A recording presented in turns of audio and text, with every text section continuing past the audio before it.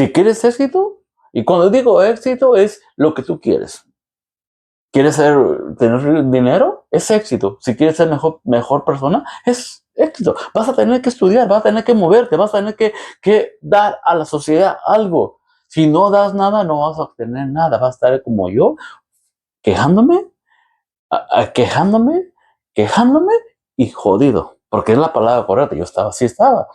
No fue hasta que me empecé a estudiar, hasta que empecé a mover, hasta que empecé a poner a trabajar la mente, porque tenemos una mente maravillosa, pero como no le metes nada y la mente es floja, y como es floja, también tú eres tú. Una vez que lo pones a pensar, también te pone en movimiento. Sí. Así es de que yo te invito a que te suscribas al canal de Juan y Lorena, compártelo, ponle like, nos ayudarías mucho poniendo like y compartiendo. Así es de que, pues muchachos, nos miramos, es un placer compartir nuestras anécdotas contigo y te seguiremos compartiendo más. Suscríbete.